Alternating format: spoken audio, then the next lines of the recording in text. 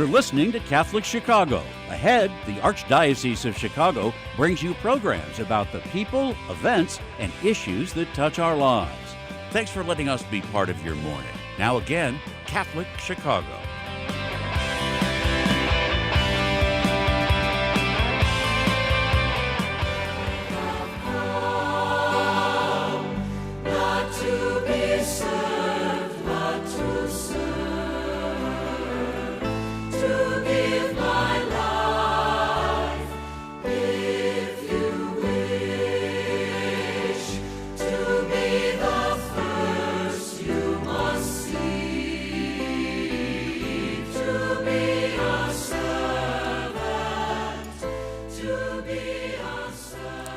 Hello and welcome to another broadcast of Diakonia, a call to service. Diakonia is the Greek word for service. It's also the root word for deacon. I'm Deacon Jim Norman, vicar for Deacons for the Archdiocese of Chicago. Blessed to serve at Our Lady of Sorrows Basilica on the west side. And with me, Deacon Dave Brinsick, Associate Director, who serves at Holy Guardian Angels in Brookfield, and someone we all know and love, Deacon Richard Hudzik, currently Director of Ongoing Formation and past Vicar of the Archdiocese of Chicago, of Deacons. Vicar for Deacons. Vicar for Deacons. Yeah, we don't want to give him promotion. He currently serves at Mary Mother of Divine Grace in Westchester. You've seen Richard here in past episodes, most recently The Rule of Life, 2 episodes there, bringing some intentionality to the diaconate community and sharing that work with us. He has presented the Ideals of the Diaconate Companions of Christ document, which was very inspiring. We thought it appropriate to have him come and join us again and share with us the inspiration for this document. And maybe we start there, Richard. What was the inspiration for this document? In a word, it would be plagiarism. I was on a pilgrimage, and the priest who was the spiritual director for the pilgrimage was a priest I did not know. He's a Joliet diocese priest, and you just Google him. He's a marvelous man, marvelous priest. But in Googling him, I came across his affiliation with a group, a private association of the faithful, I think is technically what it's called, the Companions of Christ, which is a priestly fraternity. And there's several dioceses in the country, Denver, Minneapolis, St. Paul, and also in Joliet. It's a priestly fraternity, and just Googling around and looking at their website and their documents, I was intrigued by it. And one of their documents they call the Ideals of the Companions of Christ. As I say, much taken with its efforts to provide an overview of the priestly life, what's important to it. And I thought, hey, why not for deacons as well? And so I took their ideals, the Companions of Christ, and modified it for our own purposes. And if the listening, watching audience is interested, you can see where I've come from on this document. It's the website for the Joliet contingent is companionsofchristjoliet.org, all in one word, companionsofchristjoliet.org. And you can see on there where I started from. And as I say, we're not priests, deacons are not, but there was so much richness in there to address what I, in my own spiritual poverty, I thought so important, and that, namely, the best of intentions I may have. I've heard it said that the road to hell is paved with good intentions. So how do we persevere in what we know we ought to be doing? How do we articulate that? How do we formulate something to help us to persevere, and as well as not just white knuckling through and making it into a duty, but afford ourselves the structure to not only endure and persist in the faith life, but also to deepen it. Ideally, that's where we want to go, is to deepen deepen our prayer life. And so, all that being said, we ended up with the Companions of Christ modified to suit the diaconate lifestyle. And are there broad theme areas in the document? So does it focus on 2 to 3 to 4 spaces in particular? Yeah, there's depending on how you want to break it out. There's 3 broad areas of interest in the document. One is the common life, and this we had to adapt for the deacons because deacons, 90+% of us are married, and we're not going to go and we may sometimes want to get away, but we're going to stay in our home. So the opportunity of living with other deacons is really not on our radar, where it might be for the priests. So one of the elements of the Companions of Christ, which is applicable, as I say, not only to priests but to deacons and others who are listening to us, but that common life, how do we pray together? What is that going to look like when we are with each other? How do we support one another? How do we live as human beings with each other, and we're not all the same, and maybe we don't even like each other, but yet we are called to love each other. So there's the common life. There's also the area of the evangelical counsels. In our faith tradition, it calls poverty, chastity, obedience the evangelical counsels, and these need to be modified as well for the deacon, again, who is by and large married, for the most part out in the so-called working world and drawing a paycheck. So we've also got people depending on us. So it would probably be a surprise if I came home tonight and said, "Guess what, honey? I've taken a vow of poverty, and give me all your money." What does the promise of poverty look for the deacon or for the layperson? Perhaps it could be said, and something to be meditated on. Does it mean to be not captured by the stuff that we own? How can we manage the beauties, the goods of the earth, and have it occupy an appropriate place in our lives?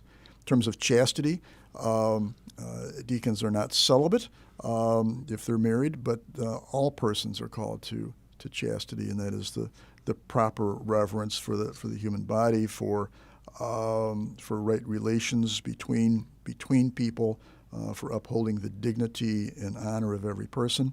So there's elements in this rule, there's these ideals in terms of chastity. And we can get into that more deeply. And then the third evangelical counsel is obedience. We do make a promise at ordination to, I don't know if the word obey is, I'm drawing a blank, but certainly I do recall promising respect to the ordinary, the archbishop, the cardinal, and to his successors. And so obedience is in this area where we've promised to obey. In fact, it may use that word obey. And I'm not trying to split hairs, but I just want to be precise. The notion being is that we're ordained for the Archdiocese in Chicago, and our boss, to use a very common word, is the bishop. And the spirit of respect and obedience calls for more than just grudging, if I have to, I will, but rather to try to enter into the mind of the ordinary who's asking us to do such, whatever it might be. So there's the poverty, chastity, obedience. So those are the first two, how we live together, how we in our lives, which, halfway between the priest and the laity, although ordained, we occupy a different role. And so we've got the common life, we've got the evangelical counsels, and then finally evangelization. We, as deacons, every Christian, what's the Great Commission? Go and baptize all nations in the name of the Father and of the Son and the Holy Spirit. And we are convinced of the goodness of what we've come to know. that as a matter of love, we seek to share that with those we encounter. And so part of this evangelization, this third dimension, is to actually do that in whatever way we're able to, and also the groundwork there is to, golly gee whiz, we should probably know what we're talking about. And so we're also called to, our own education, our own being schooled in what we're going to pass on to other people. So those are the three broad areas that you can see in this document. So from that framework, you thought that maybe the deacons could actually learn something from the consecration of priests and. Oh, absolutely, because the three of us here are speaking out of our experience as being deacons, and we're familiar with that, but we dare say we can probably recall from a time before we were deacons. So we're each cognizant of promises that we've made. We know what we ought to be doing, what we should be doing. Deacons, as part of our ordination promises, is to pray the Liturgy of the Hours, the morning and evening prayer with and for the people of God. So we do that. We do know through our various formation documents that we're called to participate in the Mass as often as possible. We're called to enter into spiritual direction as much as feasible, to foster devotion to Mary, and to participate in the sacraments that pertain, particularly the sacrament of reconciliation. So, we know all that. And again, maybe this question of intention, I know that, but what's the follow through? And so perhaps it's just my broken head, but it's like if I were to take the ideals and use that, not slavishly, and we're going to present this to the deacons again and try to get some feedback as to what works, what doesn't work. But it's trying to find that pattern or practice or structure that will carry us through those times when we might forget. You read about the life in the monastery where they're called to the hours, 7 times a day, and you'll read about that structure is what gets them through those dry times. That maybe there's you're feeling a little bit out of sorts or just grumbling about something, but being called to that prayer in a methodical, with a pattern, helps people, helps the monks get through the day. And the same kind of hope here is that by having this sort of structure, it'll get us through the dry spells. And again, moreover, not just the dry spells, but to get deeper, to be more in love with our Lord. So that's, you had said earlier, intentional. Be more intentional. Yeah, right. Yeah. So that's the hope, and also again the three of us share the commonality not only of being deacons, but we also share the experience of being in the office of the diaconate for the Archdiocese, and we've had the experience over the years of encountering guys who, I don't want to say in trouble, but maybe have lost the zeal or the fervor, or they're at odds with somebody else, maybe the pastor, or they've just kind of drifted away and aren't finding the meaning, the zeal that they had on the day of ordination. And so, in our day job, so to speak, at the diaconate office, we've come to, I think, have an appreciation that it's not, ordination is not graduation day. Like we say about confirmation sometimes, that sadly that seems to be, well, now you're done. No, ordination is just the beginning, and the ideals of the Companions of Christ for deacons is something to keep us burning on that path forward. When we come back from break, let's continue in that theme, this notion of ongoing formation, not only for the deacons, but for the faithful. Okay, good. Baptized like I have been baptized, are you able?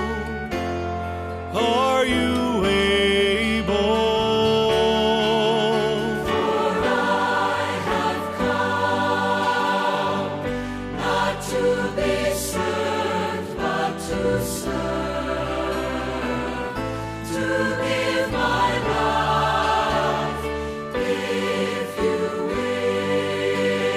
wish, to be the first. Community is core to Catholic Charities' founding mission. For more than 100 years, we have met people and families where they are, serving anyone in need, regardless of their faith, gender, race, or ethnicity. As our world absorbs the economic, political, and social aftershocks of the pandemic, 50% or more of the 6 million people living in Cook and Lake counties have little or no savings. They are a paycheck away from zero. We are deeply grateful to everyone in the Catholic Charities community who partners with us to alleviate the suffering of the people we serve and offer them a better path forward. We are witnessing a message of mercy and hope to a world very much in need. Learn more at CatholicCharities.net.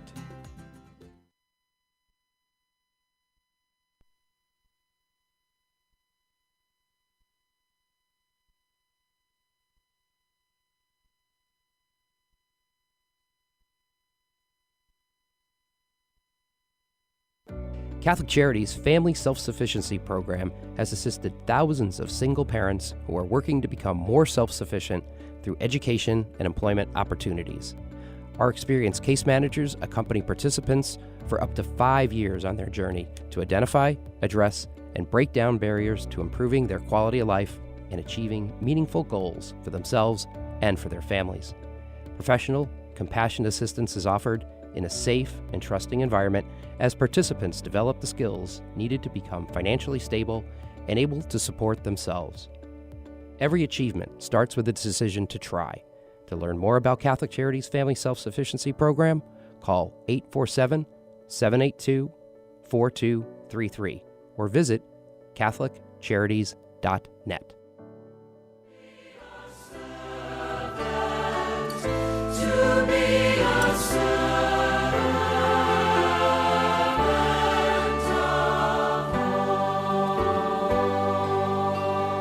For to sit at my right hand. Welcome back from the break. Again, this is Deacon Jim Norman, Vicar for Deacons, along with Deacon Dave Brinsick, Associate Director and Director of Ongoing Formation, Deacon Richard Hudzik. We're talking about the Diaconate Companions of Christ.